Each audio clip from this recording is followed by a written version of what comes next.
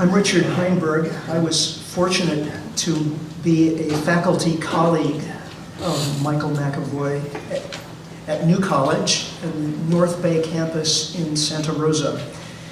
And Kate asked me to read a letter that he wrote titled Magic as Medicine, Reflections on the 14th Annual Martin Luther King Day Celebration, January 16th, 2012. So this letter concerns an event which evidently was a very, very special occasion, but in describing that occasion, he really reveals a great deal about himself.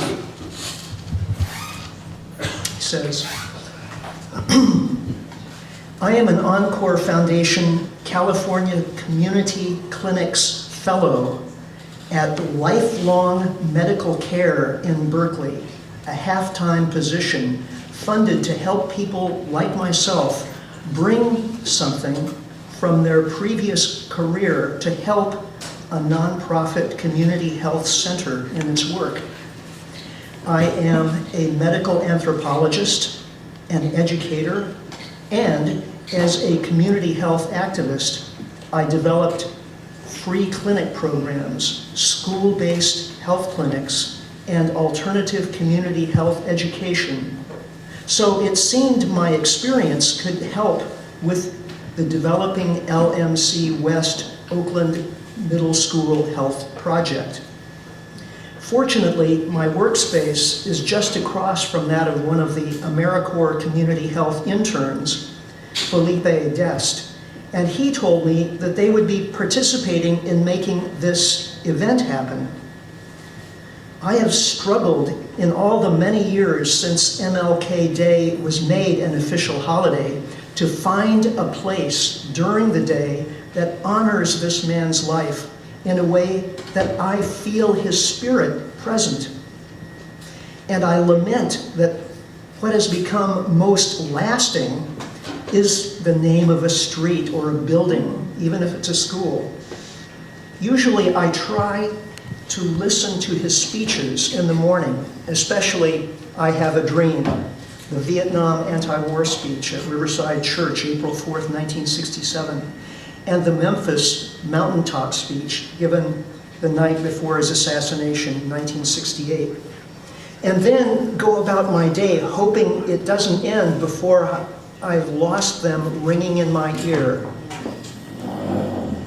But this year, I would do something different. I would go to the celebration and help support my young, lifelong AmeriCorps community health colleagues who were producing this event. What I did not expect was that I would not be helping anyone. Quite the opposite. The lifelong AmeriCorps interns, through making this event a reality, helped me through their magical energy to reconnect to the spirit of Martin Luther King in a way that will never leave me.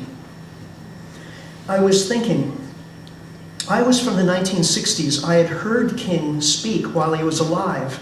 I had gone to Washington after his assassination to help build Resurrection City as Ralph Anthony carried on with King's Poor People's Campaign. And thus, maybe I had something to offer. But I was only to be a grateful recipient that day. Magic is wonderful. Unlike alchemy, it is not a claim to otherworldly powers to enrich oneself materially by turning lead or straw into gold.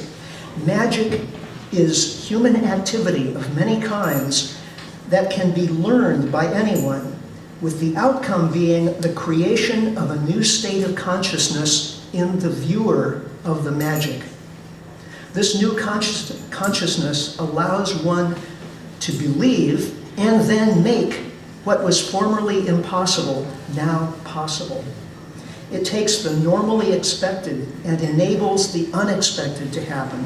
It allows us to believe that the dream of reaching the mountaintop can happen in spite of all the barriers to doing so. There was much magic that morning. and Lifelong's people were making it happen. First, there was the indigenous prayer dance, beautifully and powerfully done by a young man calling the 4 directions. I started out thinking that this was odd. After all, King was an African American, not Native American. But then, the power and beauty of this ritual graced me with the deeper understanding of King's call for integration, that it was not about the superficial assimilation of people into a melting pot of rights and riches, but the deep spiritual recognition and solidarity of our universal humanity, accessed through the appreciation of the beauty of our diversity. I felt the first small crack, and my heart started to open. Magic. But what happened next kicked the door open.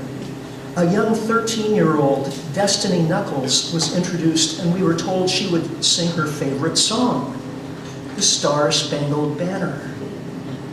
I immediately stiffened, prepared to feel anger and confusion. As a 60s anti-war civil rights and student activist, this song was associated in my memory with the napalming of villages, with hoses and dogs turned on marchers in the South, and with the shooting of students at Kent and Jackson State. It's difficult for me even to listen to it at times. But Destiny was a magical singer this MLK Day. She sang with such innocence, belief, and commitment that she made not just jingoistic patriotism, but the best of the American dreams, Martin Luther King's dream, become the subject of its singing. I felt my heart opening further. Tears began to fill my eyes. Magic. The MLK Service Awards were equally moving. All were amazingly deserved, from the young man who has volunteered for the past 19 years to coach the junior varsity basketball team, to the posthumous award to Dorothy Waller Seal Pitts, whose life reminded us that it is important how you live your life, because someday, even if you are gone, someone may need to be inspired by you. Magic. Enora Webb, president of Laney College, was the keynote speaker. I prepared for a welcome emotional downturn after what I had just been through. But Elnora was in the spirit of Martin Luther King. She ended her talk by reading the 19-page handwritten letter on yellow legal paper she had just received from a young man who she knew once as a rising college football star, but who had fallen tragically and dramatically. He was writing to tell her that 17 years into his 20-year prison sentence, he had realized that the anger and hatred that he had nurtured and acted on in response to his mistreatment had only hurt himself, and he would not bring this with him when he left prison. In my life, I struggled to not hold on to the hurt and anger of betrayals and mistreatment, so much less painful than this young man had experienced and endured. Now I will never be able to do this again. Magic.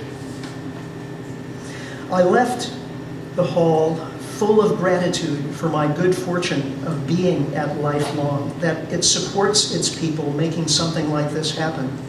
I felt hope, pride, and great good fortune to be associated with lifelong medical care.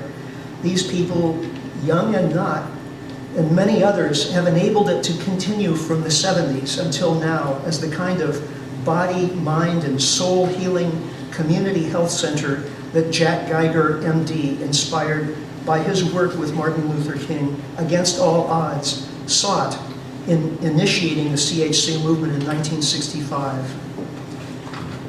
Magic indeed.